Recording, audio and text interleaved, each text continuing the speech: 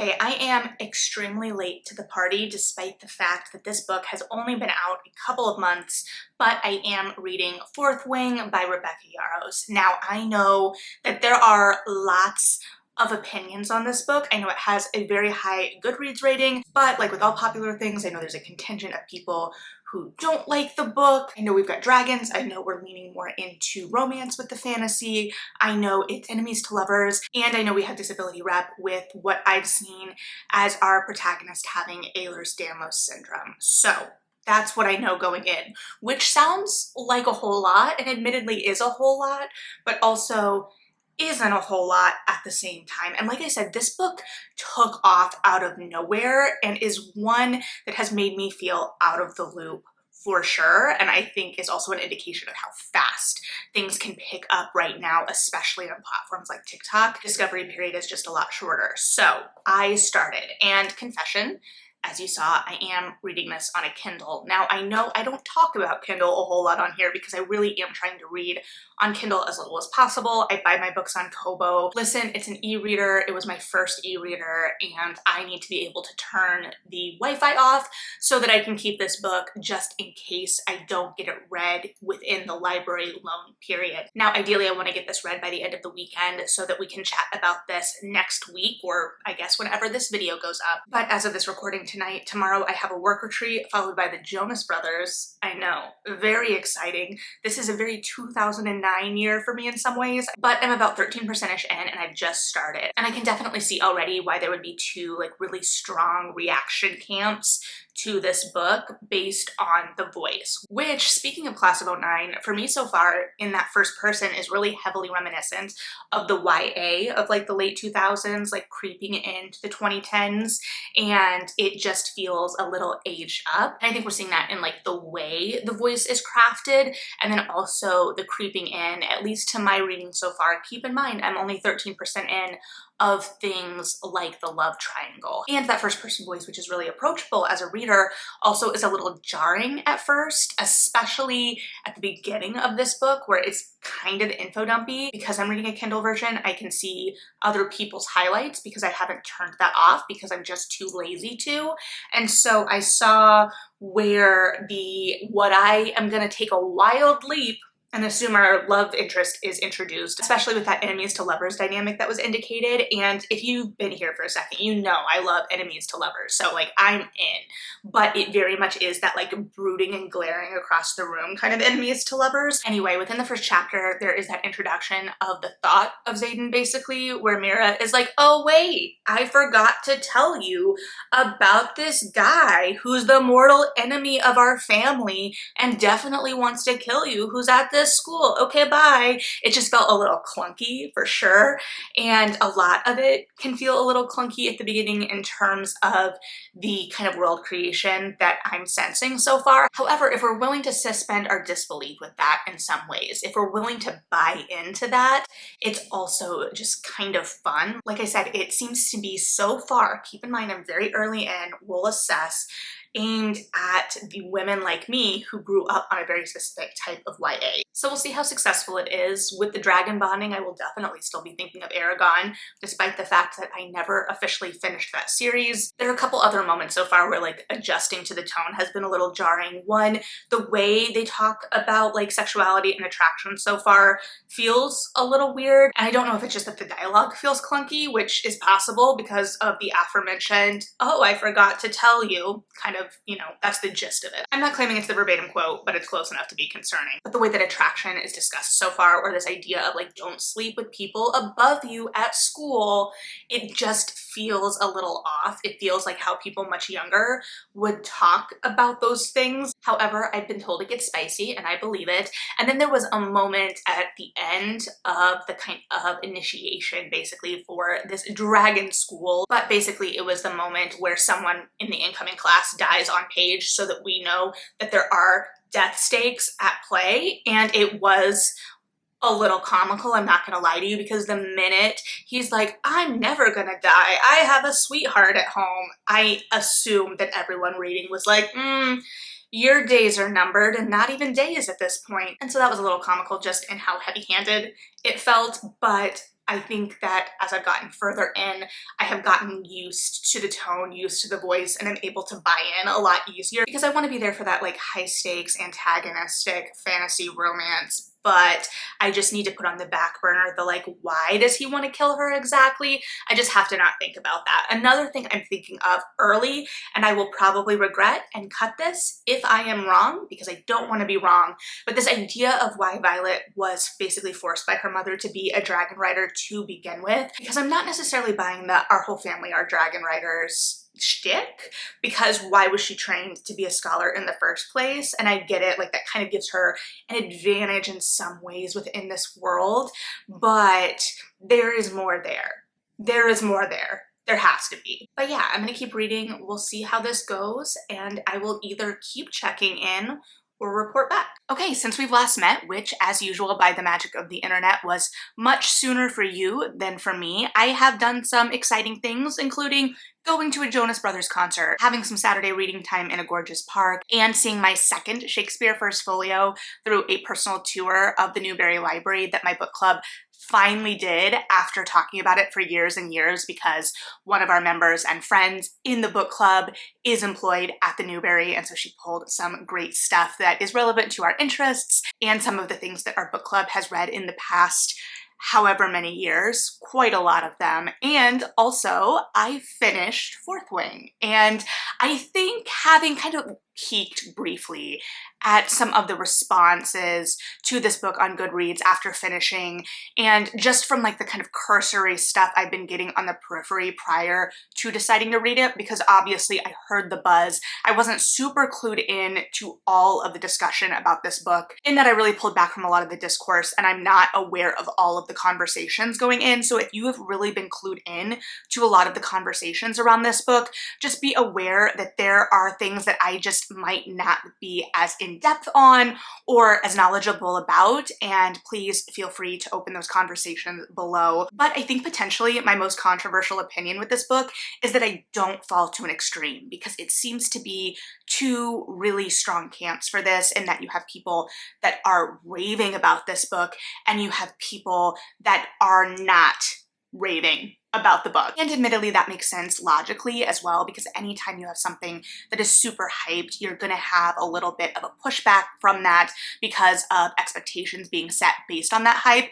And that is part of the reason that I stayed away from a lot of the discourse, is because I didn't want it to impact my reading of the book, and I already feared that it did, in that I just didn't want to go in with improper expectations, right? Now, the most important review of this book I heard going into it was from my friend Kate in the backseat on the way to Ren Fair last weekend, who said she loved it, and thus it really jumped up my TBR in that moment. And having just finished today, Sunday evening, I really read this from the course of like Thursday night through this afternoon, and I definitely kind of feel that same feeling I would like 2 a.m. bleary-eyed, really pounding through a long, extensive fan fiction.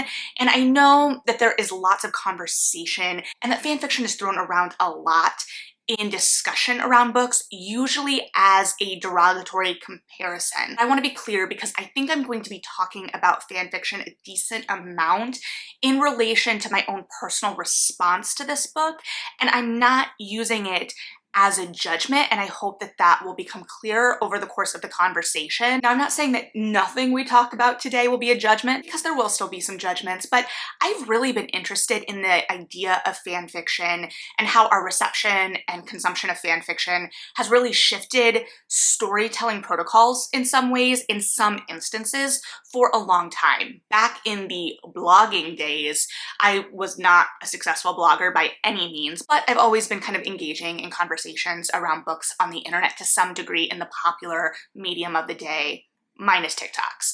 So I had a blog post about how 50 Shades of Grey was actually pretty standard fan fiction if we were looking at the way fan fiction is written. And while I, in my naive youth, in the early days of the internet, where you felt a little bit more segmented in some ways, had these ideas of grandeur of being a foremost expert on fan fiction, I know that in today's day and age, I am not. I'm a very basic consumer who in many ways is not up on current trends. However, I have been reading fan fiction since I was in middle school. And I think that kind of reading this book through a similar lens is going to impact a reader's enjoyment, and whether they enjoy that kind of storytelling at all is going to impact a reader's enjoyment. Because here we are following Violet, who is entering this dragon riding academy, which is the kind of elite special forces of this really segmented society where they are all kind of specializing. It's very militant. We have this idea that this country has been at war.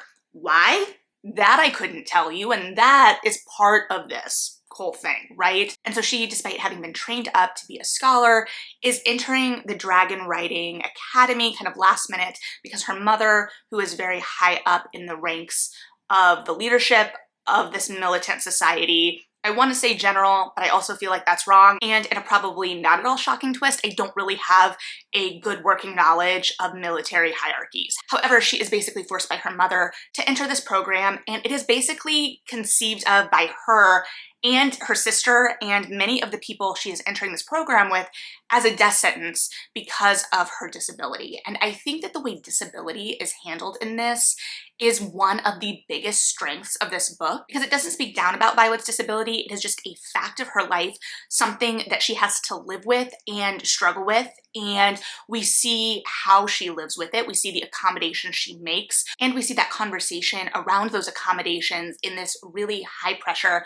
physical environment handled in a really good way. So I really enjoyed that. Now, usual caveat in that I am not living with a physical disability, so I can't speak to how true that is through a lived experience. If you did like that representation in this book and somehow have not read A Curse So Dark and Lonely by Bridget Kemamir yet, I would definitely recommend picking that one up as well. That's a little bit more YA, well, a lot more YA in comparison to the tone here, and is much more of like a Beauty and the Beast retelling. But back to where we were going here. So we have the sense from the beginning that anyone can die at any time, as kind of laid out by our early guide, kind of falling off the ledge. And of course we have the dark, brooding hero, anti-hero, villain. We don't really know, except kind of we do, and that's part of the whole thing as well. We have the childhood friend that we had a crush on growing up, and is that crush going to withstand the changes of this environment and who both of these people are growing into? And at first I wasn't really sure if I wanted to go back to a love triangle, but I actually really liked the way it was handled here. So we've got this world, it's dangerous, there are seemingly life and death stakes, both within the school environment and this idea that this country is at war. And then of course we have the stakes set out by, infamously to me, the, oh wait, I forgot to tell you, Violet, stay away from Xaden, who I will inevitably call Xander over the course of this video, and I'm just gonna apologize in advance for that. When I first read his name, I was like, of course it's an X name, but I actually couldn't think of any other dark, brooding heroes off the top of my head with an X name. So if you have any, leave them below. Like, surely there's a book with a Xavier that I am just not thinking of right now. Surely there are others, because it feels right? Like, am I alone in that? Let me know. I don't know. Maybe I'm just going off. So we've got this structure that we're working within, and it feels familiar in some ways. And that is where the fan fiction part of it is coming in that I think the enjoyment of this is going to rely on how much you can kind of sit back and accept the world as it's being kind of constructed and the gaps where they are. Because in fan fiction, you are working from a common accepted kind of source material, right? You have these accepted characteristics of these characters, this shared language that you can then move forward. And even when you're twisting and adapting that shared language through like alternate universe, you're still starting from somewhere. And I think in some ways this book is doing the same thing, and it is predictable in some ways. There are, you know, the usual, well, not always usual, but there are twists and turns that happen that are a little bit tropey. They're a little bit predictable, and that could be a pitfall or a downfall for some.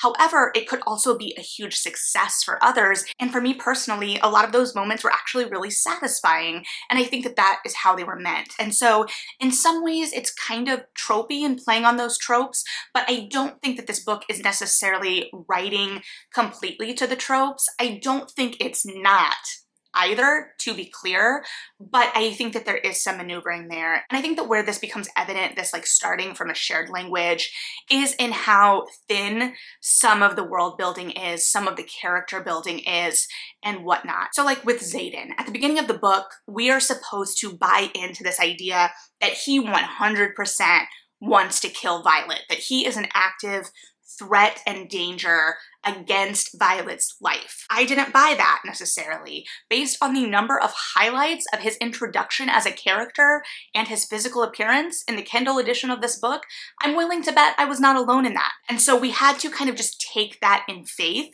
It wasn't really shown, to me at least, anything that I caught textually, and feel free to correct me if there was something that you think really evidences this, that he was willing to harm Violet. And this is complicated later in the narrative because obviously or not, this world is a vehicle for that relationship and that romance, which is another kind of fanfiction thing, at least in the fanfiction I'm reading. This kind of heavier world building and plotting really still focused on this romance and kind of dragging out that slow burn as much as we can in some ways, while still satisfying reader expectations and giving in to what readers want, while still then throwing in outside obstacles. And this becomes evident in the plotting of this book because we do have that slow burn, and then we have like that third act complication, which in a regular romance novel would be fully resolved within this one book.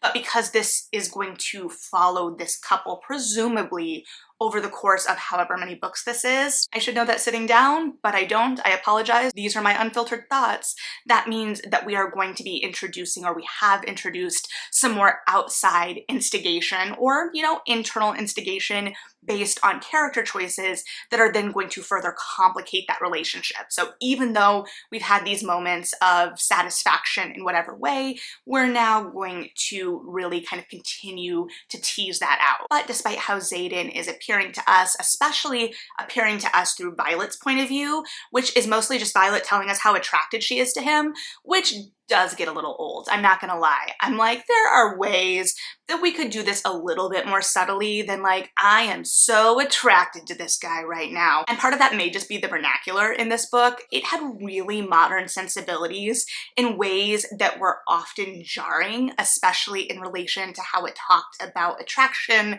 and relationships, because it felt at odds with the rest of the book. And earlier in the book, before we got to a culmination of a lot of these things, it also made it feel a lot more juvenile than it really was. And even when we did get to the culmination of some of these things, there were some moments that made me laugh because I definitely have read them in many a fanfiction, and I wasn't mad about them being there, but it was also kind of like, oh yes, this was so powerful that fill in the blank, and if you've read it, you know. But there is a lot about his character, at least for me as a reader, that is shorthand, that is archetype, and that is kind of just accepting this like dark, brooding hero that's a little overprotective. And we see him coming in and we see this action, but the action, at least that he is taking in regards to Violet, is often the same action over and over again. So it's not necessarily revealing more about him as a character, but it is satisfying as a reader. And then we've got the dragons of it all. I admittedly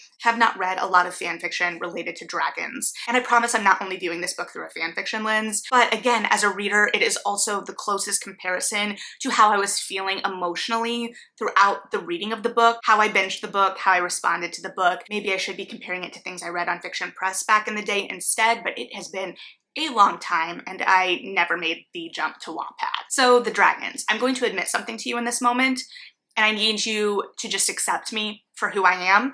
I have never read and or watched Game of Thrones. Aragon was probably my closest reference in terms of how I was thinking about the dragons in this, in terms of that mental bond, and especially that telepathic bond. And I'm not gonna lie, I forgot how much I love a telepathic bond. There is something really satisfying about that extra level of intimacy and this idea that there is something going on that people in public may not know about, seeing those reactions. I feel like there is a very obvious comparison that many of you are probably screaming at me to make, but you know what? I'm not gonna make it just cause, but I loved that in here. Absolutely ate that up. And that's it, right? There were parts of this book where I was like going along and I was like, I don't know, that's a little thin. Or we were like spinning our wheels because we really are going through this whole year.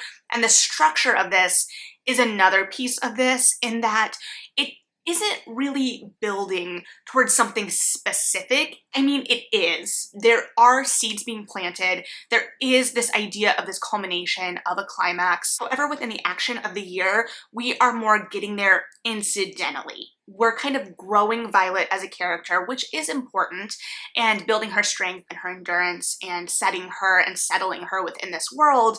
But there is a little bit of like the spinning of the wheels in some ways, and that is where, again, I brought in those fanfiction comparisons, in that when I'm reading fanfiction, I want to spend as much time in this world as I can. I'm like investigating the corners. I love that. I eat it up. So I think it's accepting that pacing within how this book is written, the tone of it. It's very readable. It's an easy read. And so for me personally, that makes a lot of the dawdling more palatable. Additionally, I do want to recognize that in fantasy, the dawdling is much more accepted, period. However, I definitely think that was part of it. And again, then it also circles back to the relationship really being at the center of the plotting as well, because it was about getting these characters to be primed to be together as well. And even if you consider the love triangle of sorts an actual love triangle, it's no surprise to anyone, I don't think, I hope, who the love interest in this really is. I will say that I really enjoyed that what I thought was going to be a more stereotypical love triangle at the outset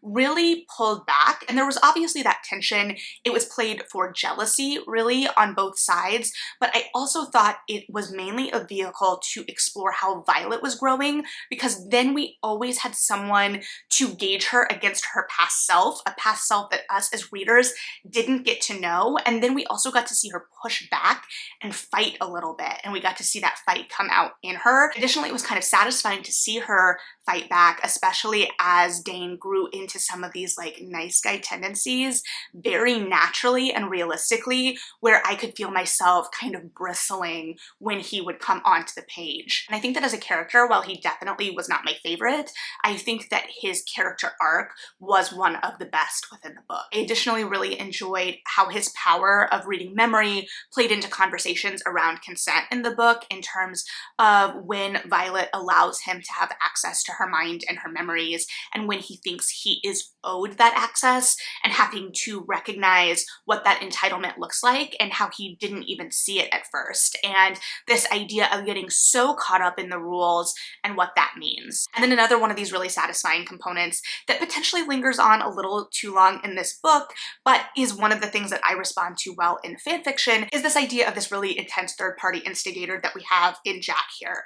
Because Jack is very cartoonish at the end of the day. He's a cartoon villain, though I don't want to discredit him too much, because his prejudice against Violet and how he views Violet as weak, and how bullies do pick on people they think are weaker in a cartoonish way, is real. However, we just keep kind of circling the wheels with him. I do like that we use him and his kind of posse to show Violet's mercy, and to kind of ground this idea of life and death in this environment where death is treated so cavalierly, and make it have a little bit more weight and some more stakes, because that's definitely one of the challenges of the book, is making death feel like it is around every corner at any moment, however not making it so stressful and taking away all of the comfort of fun characters and enjoying these characters. Though there is a death at the end that I'm not going to spoil, that I was devastated by. So I was also impressed that Yarros went there, and I will be very interested to see how that impacts the next book, which is coming out this year. I did not realize that, so in some ways I am glad that I did get this read. I'm again a little worried about this kind of expediting of the publishing process and what that means for authors. Like, do they have to invest all this upfront time in this series that may or may not get picked up by a publisher? Like, what does that look like, being able to devote that much time to a book or a series and just setting potentially unrealistic precedents? But as a reader, I am selfishly quite pleased that we will be getting the second installment very soon, though it does look like it's going to be a chunker. Swinging back to the dragons really quick, although I realize I guess I don't have as much to say about the dragons as it feels like I should.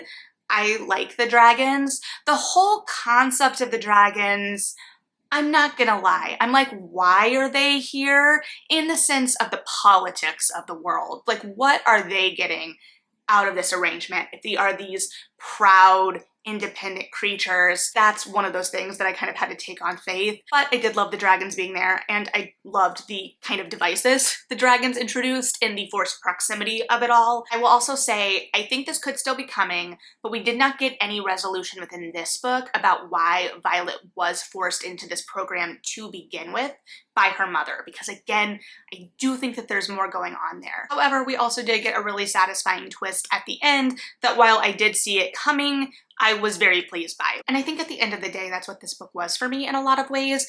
It still kept me engaged. It still kept me reading along. Like I said, it was an easy read, but it had these moments where I was able to see like tropes or scenarios that I really enjoy played out within this environment in a really satisfying way. And I don't think there's anything wrong with that. I think we talk a lot about originality and surprises and like twists being something you never saw coming. And I don't know that that's always the hallmark or indicator of a successful book or a successful reading experience. Sometimes there is still fun in going down the well-trod path, absolutely. And I think that the really satisfied positive response to this book is an indicator of that. Now, do I think that this book is always successful personally in terms of how it's written? No. A lot of the dialogue, especially early in the book, could feel a little clunky, a little info dumpy, and just in terms of the vernacular that was being used and the way they were speaking, it sometimes, like I said, felt a little jarring. But after I got used to that, from having spent enough time in the world, and I read this in ebook, so I didn't have the full physical experience of like knowing where exactly in the book I was, being able to flip through the pages and feel it physically,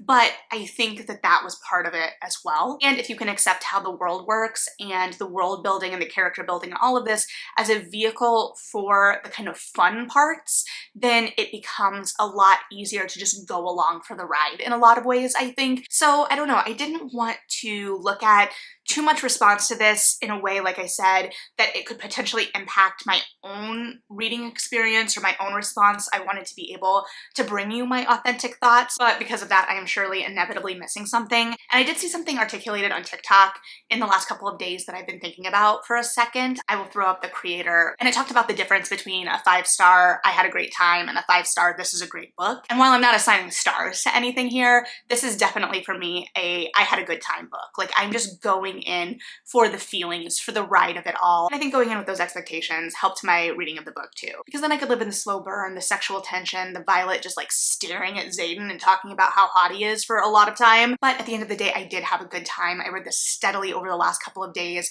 and that fanfiction comparison also is a little bit related to the kind of addictive quality of it. This idea that you will stay up till 2 in the morning, not realizing what time it is, just reading one more chapter, because I've found that I read potentially fanfiction and books a little differently, in that I can read fanfiction a lot later, a lot more quickly. Sometimes I will put down my book for the night and move to fanfiction depending on where my brain is at as a kind of palate cleanser, and this accomplished a lot of the same kind of emotional response. So those are my very cursory thoughts and reactions having finished this book. I would love to know what you were thinking, what your response to this book was. Leave those thoughts below. Like and subscribe as you see fit, but as always, thank you so much for hanging out and being interested in my thoughts at all. Read something good, and yeah, bye.